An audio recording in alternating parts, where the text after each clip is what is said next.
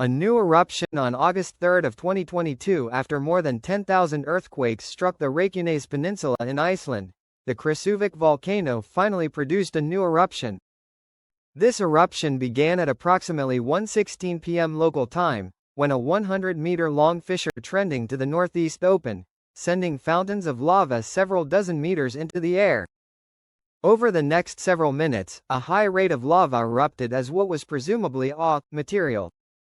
As of 3.5 hours later, fresh lava has seemingly covered about 0.1 square kilometers or 25 acres of land in molten rock. While a new spectacular volcanic eruption is ongoing, I would not recommend traveling eruption safety concerns too close to this site for the time being. As shown by an event yesterday when rising magma triggered a rapid steam degassing event, magma and lava are interacting with the area's water table, and this has the potential to carry with it explosive results. When magma interacts with groundwater or ice, it causes it to flash to steam. Since the same mass of steam takes up more volume than the water it once was and the gas is unable to quickly escape to the surface, it can cause an immense amount of pressure to build.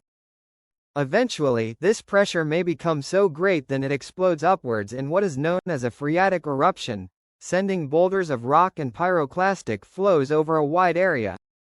While the previous eruption at Geldingadalir in 2021 did not create any large phreatic fissure propagation eruptions, the possibility of one occurring still remains. Additionally, it is quite likely that the initial fissure will continue to expand over time to the southwest and northeast, potentially suddenly forming a new vent where people might be standing. Thus, if you are to approach this new eruption, it is safest although not completely safe to view it from the northwest on a high ridge, where fissure propagation is least likely and volcanic gas exposure is put to a minimum. Of course, be mindful what the wind direction is, as you want to be upwind not downwind from the erupting vents.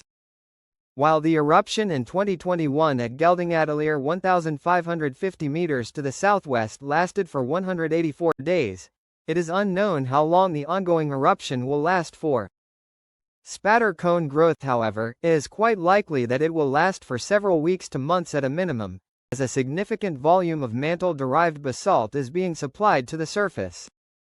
Fissure propagation may continue throughout the full length of the expected eruption, although what initially are dozens of vents may likely soon decrease in number as individual vents solidify and molten material is diverted into larger vents known as spatter cones.